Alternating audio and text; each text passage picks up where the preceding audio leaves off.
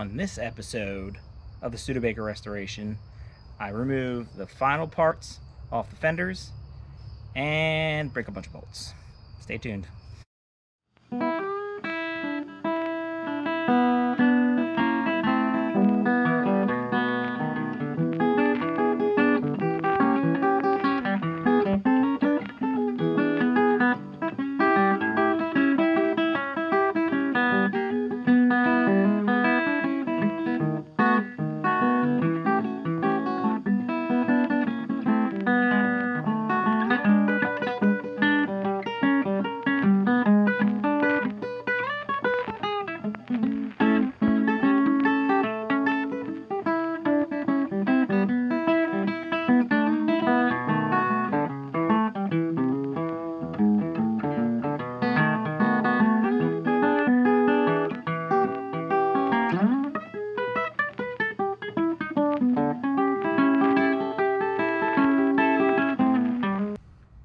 Well, if you look at it, you could tell that there is a mouse nest in there, which is crappy, because that really made things worse. It's real thin.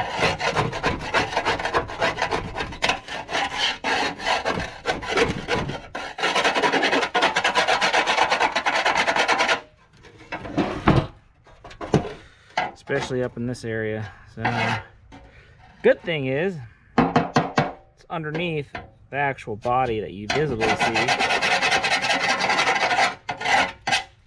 So I'll probably cut out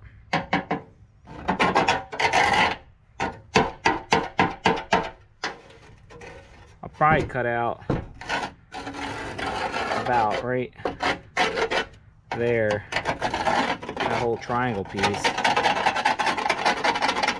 You can see it right, that big triangle piece, which won't be visible. 1, 2, doesn't bother with any of the mounting holes, and it'll strengthen up that. I may have to do something with this, but we'll see. The other side, it's not too bad. Maybe this little bracket that goes across here is a little rough.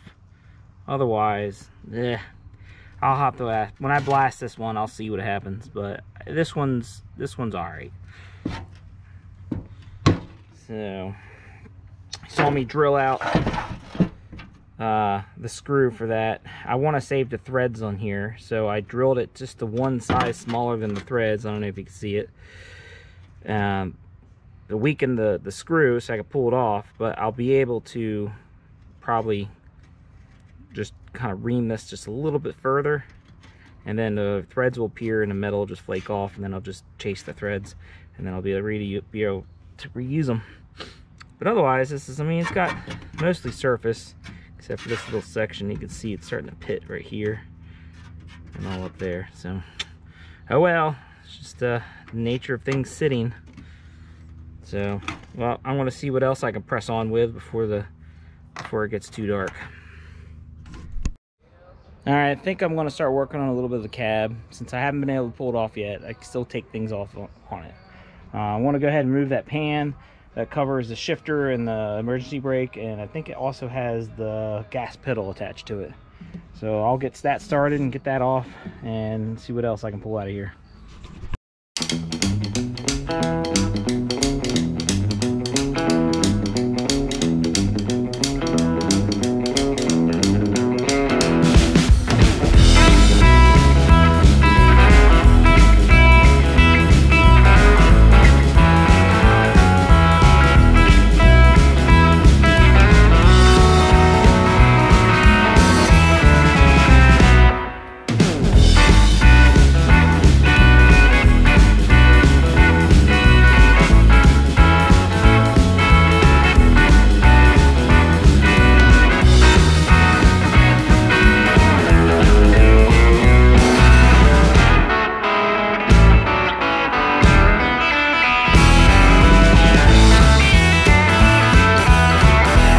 Win them all.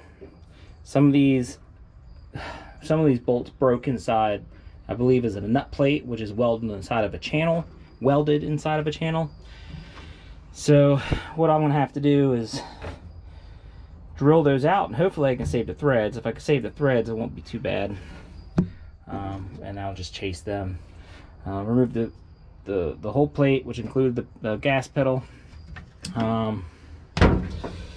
So next, I'll probably, not today, might be this weekend, I'll pull the steering wheel. I might actually pull the whole steering box. If you look at the steering box, it just unbolts, and I can just disconnect it and then take everything off the way I need to take it off there.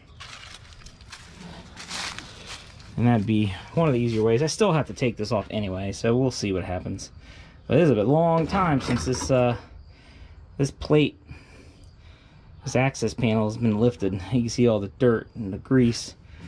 And actually, it's really cool, if you look right here, this is like a little flywheel or a drum that the emergency brake closes, kind of like an old drum brake or something you'd see on like a go-kart or something. But yeah, you just pull that and it kind of keeps the flywheel from spinning on the, or that little drum from spinning, that's pretty neat. Hopefully that's too difficult to replace, because I bet those pads are way gone. Well, I'll get cracking on, but I'll start this weekend. See if I can get this cab off this weekend. That'd be great. So I'm almost there.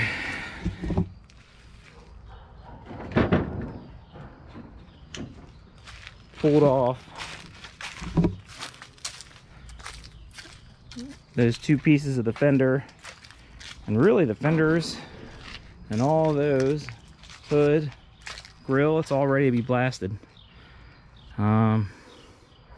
I'll probably maybe soda blast or dry ice blast the radiator.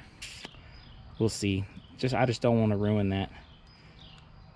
So that's about it. I did brake, which I hope is not too difficult to find, or if I can replace it. I don't think it was going to come off regardless. That little tube that goes through the indicator just popped right off. Is what it is. So, well, until next time, I will get cracking on.